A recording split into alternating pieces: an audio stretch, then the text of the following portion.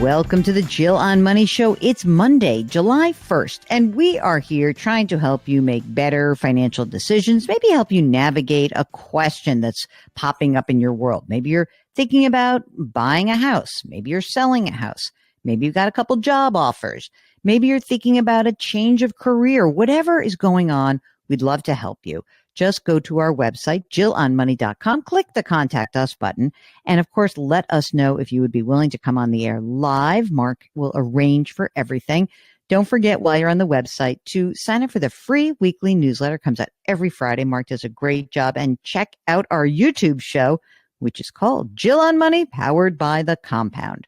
Okay, today we are talking to Laura, who's on the line from Washington State. Hello, Laura. How are you? Hi, I'm doing well, thanks. It's so good to talk to you all. It's great to listen to you every day, and now to be here is pretty cool. Awesome. What can we do for you? What's happening? Yeah, so I'm just looking for a bit of a checkup to make sure we're doing everything right with our 401ks, HSA, daycare, spending, all that fun stuff, and maybe some advice on career pivot.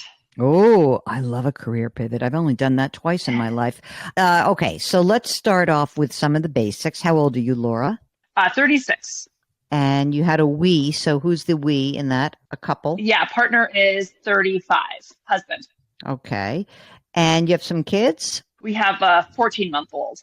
I thought you were going to say 14 kids because honestly, we had someone who called in with 7 kids and that already rocked my world. So I'm glad it's just a 14-month-old. Are you guys both working full-time? He works full-time. I work half-time. Okay. How much do you guys earn together? Yeah, so I'm at around 60 half-time and he's at around 110, but should be going up to 130 in the next couple months. In terms of, because you're working half-time, do you have access to a retirement plan? Yes, so I have a 403B. I'm in a hospital setting and I contribute to a Roth, only 4% right now, and then 4% has to go to the traditional for the match, which is actually 8% between a base and a match. Oh, so you do the Roth 403B and the traditional 403B for 8%. That's great. And what about your husband? What is he using, a 401k? He has a Roth 401k, which right now is only 5%, but will go up to at least 10 once he gets that bump in pay. Okay, going to 10. All right, great. And do you guys own a home? We do. We actually got incredibly lucky. We bought it in 2018 for $430, and it's now worth about $850 if you trust Zillow. Get out of here. My goodness. Yeah, we're in a college town. My gosh. Nuts. I like that you said you were lucky because many people would say, I was so smart that I bought a house. No, you got lucky. I get it. Okay. Is there a mortgage outstanding? Yeah, it's about $315. $315. Oh, and 2.6%. Oh, come on. I love it. We're dying here. You're never, ever leaving. That's it. That's it. Or paying extra. Right. Oh, thank you very much. Thank you for saying that. So you've got the 403B and the 401k. Are there other invested assets that you have? Yeah. So we have, I think between our 2 brokerage accounts, we have about 55,000. We have about 10,000 just checking savings. We're going to boost that up. We're working on that.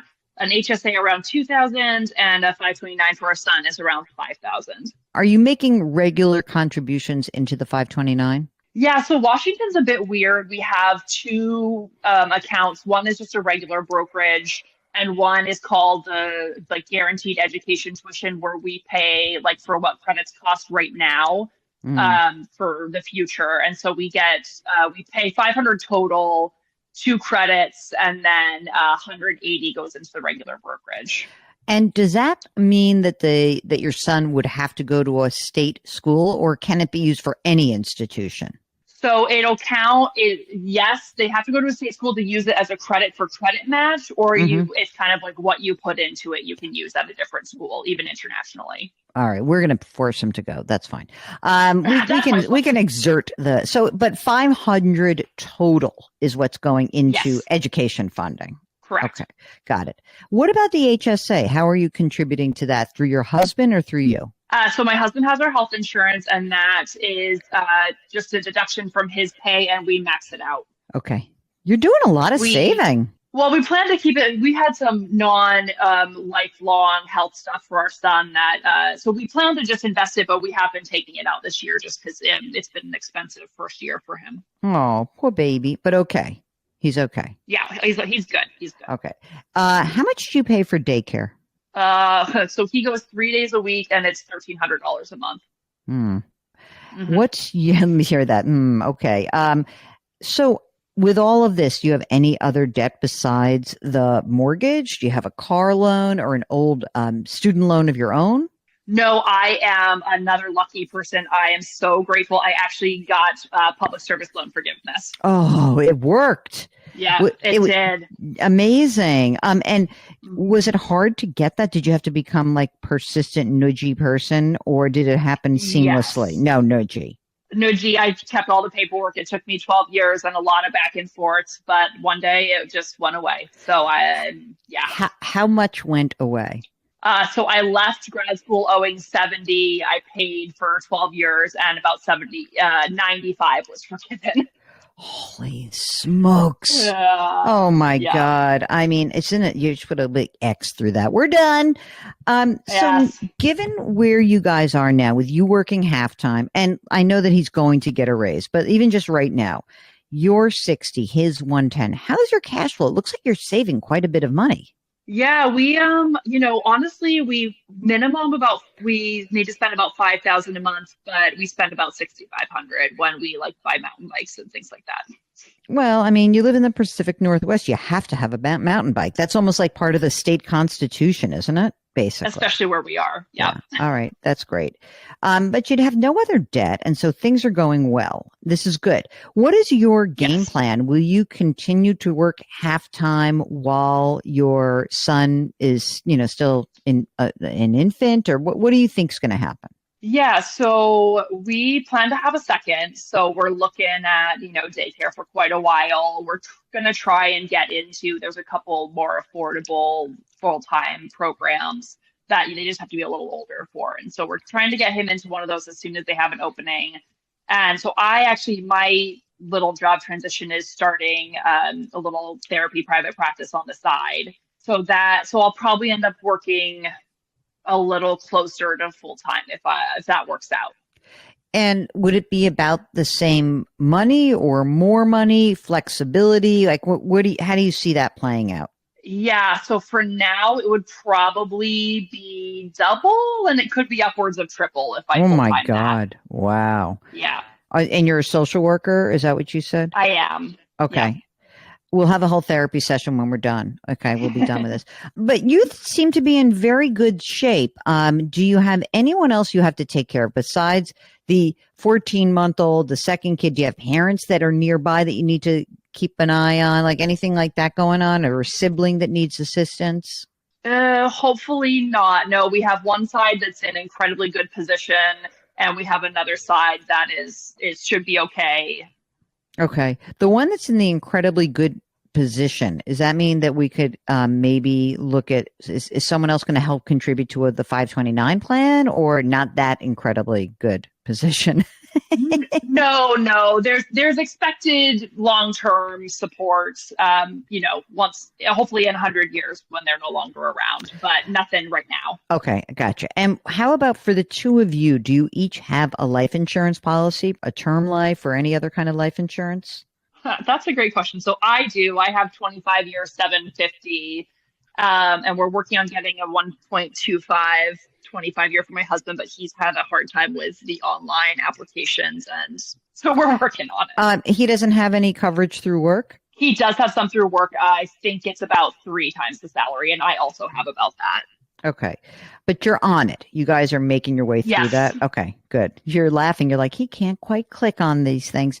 I've been working on it for a couple years. Oh my gosh. I mean, it is important, obviously. He's, It is. the main breadwinner right now. Maybe not eventually.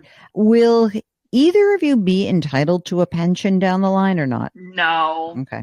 No, I know. It's a very sad thing when you're not, but you're in great shape. How about your wills, your healthcare proxies, your durable powers of attorney? Do you have your estate documents done? Yeah, all done. Great. I love that.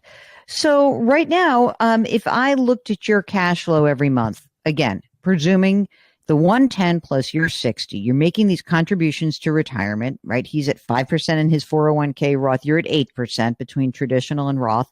You're putting money into the HSA. You're putting money into the 529. At the end of every month, do you have anything left or not really? Yeah, we have between 500 and 2,000 that we're putting into a high interest savings account right now for some, partially to just boost up our savings, but we also need to put a heat pump in the house, put on solar panels, things like that over the next few years. Okay, but that right now, that extra surplus, the 500 to 1,000 is going into reestablishing that $10,000 emergency fund. You're going to get that up. Is that what the game plan is? Exactly. Okay. Yeah. So, I don't know. Is his job secure? Is that a silly question to ask in this day and age? Should be pretty secure. Okay. And yours is as well, because you're going to be kind of self-employed. Mine's what's your goal when you look at your emergency reserve? Is it like 30 grand or what? Yeah, probably about that. Okay. And the 55 grand in the brokerage accounts, tell me a little bit about those. Are those just leftover, inherited, or what is that? No, they're just mine's 15. It was higher, but mountain bikes. And then my husband's is mostly his dad does some investing in companies like Amazon, Costco, Erie, and kind of a play account, but they're not identified for anything. Okay. But if you needed it, if something really bad happened in the house now and you didn't have your emergency fund built up, you could tap that, sell something and pay for what you needed to pay for, right? Exactly. Yeah. We basically look at them as an extra savings account if needed. Yeah, I would too. Are you guys adding money to either of your accounts right now, those brokerage accounts? We do as much as mine's just about 500 a month, and his ideally is about 2,000 every quarter. How would you feel about putting a little bit less in the brokerage and a little more in the 529? Not bad at all. That worked. Yeah. The only reason I'm saying that is it's a much more efficient way to invest, right? There's no tax liability in doing that. You're going to have a second kid. So as far as I'm concerned, if you told me you guys are putting away, let's say it's about, you said 500 a month into the 520, the brokerage accounts ends up being about 750 a month, basically, or maybe 1,000 a month over time, right? I would put some in the brokerage, but I really would put more into the 529. You're probably going to want to be at $1,000 a month for that. You're going to essentially, which is so smart, take the money, right? You're going to take that extra money, that extra 20,000 your husband is going to earn. You're going to immediately say, okay, now let's crank a little bit more on the 401k, on his 401k.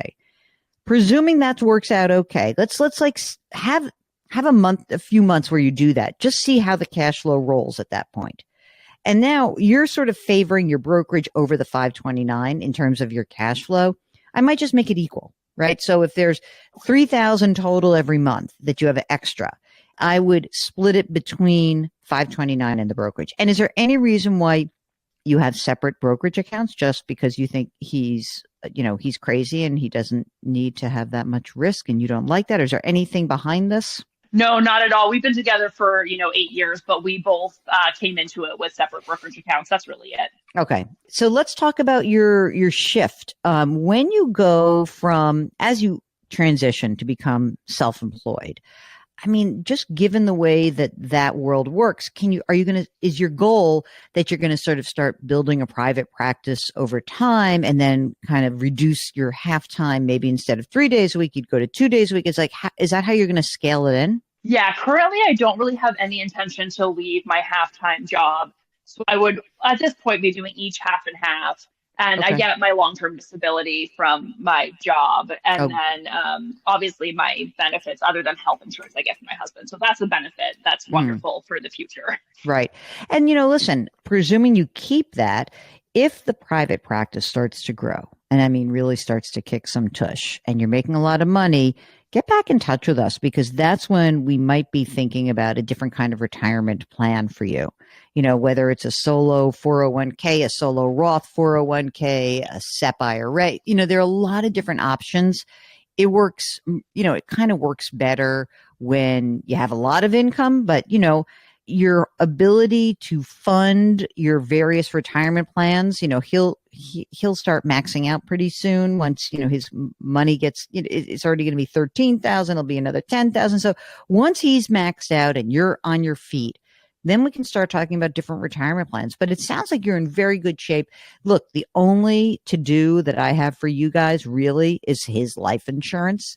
Beyond that, shifting the cash flow a little bit, I think you're in really good shape. We'll have to see how things go in terms of the transition to being self-employed. And, honestly, I don't think it's I think when you're a personal service provider, like a social worker, a dentist, and you're kind of transitioning to being like working for someone versus working for yourself, it's kind of easier because you can control how many people you see. And if it's getting too much, or if that side of your business, if it's going so well that you're like, I don't need my half-time job anymore, that's great. Don't be afraid of that. That would be good news, So I think it's kind of fun. I like the whole game plan. It seems great. I got pulled away before. What are the numbers in the current balances in their workplace plans?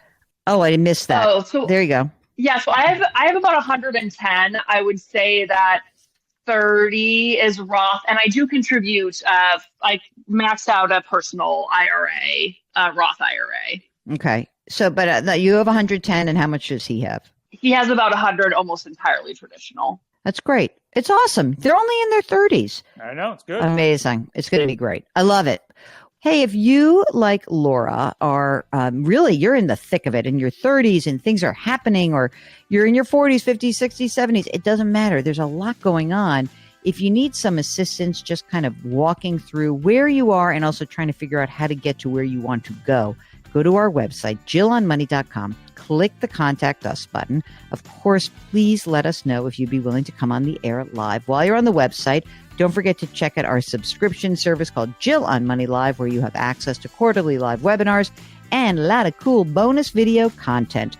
You can subscribe to us on the Odyssey app or wherever you find your favorite podcasts. Please try to lift someone up. Change your work, change your wealth, change your life. Thank you for listening, and we'll talk to you tomorrow.